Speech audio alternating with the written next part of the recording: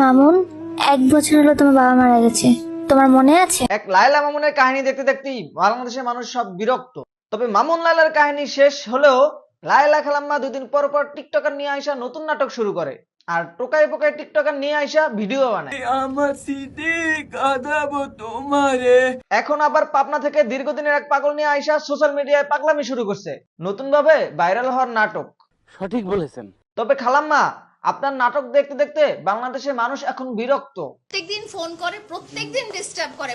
আপনার পিছনে যদি এত ছেলে ঘুরে, তাহলে এক নাবালক টিকটকার মামুনের জন্য রাতভর কান্না করতেছেন কেন? সোশ্যাল মিডিয়ায় যা কিছু করতেছেন না কেন, সবকিছুই আপনার বানানো স্ক্রিপ্ট এবং অভিনয়। তবে আপনার পাগলামি এখন সবাই বুঝে, এখনো সময় আছে, নাটক বন্ধ করেন। বাংলাদেশে এত এত মানুষ থাকতে আপনার নাবালক টিকটকার ছেলে কেন পছন্দ? 2 দিন পর পর এই পাগল, এই পাগল, এই পাগল, সব পাগল নিয়ে আপনি শুরু করছেন পাগলামি। বুঝতেছি আপনার রুচিতে ঝামেলা আছে, আর রুচিতে যদি ঝামেলা থাকে তাহলে রুচির ওষুধ খান।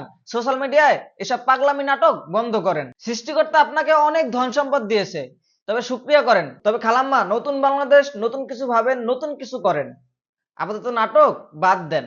আজকের ভিডিওটি এই পর্যন্তই। কারো যদি ভিডিওটি ভালো লাগে থাকে অবশ্যই একটা সাবস্ক্রাইব করে দিবেন, আর কেউ যদি ফেসবুক থেকে দেখে থাকেন তাহলে পেজটা ফলো করে দিবেন।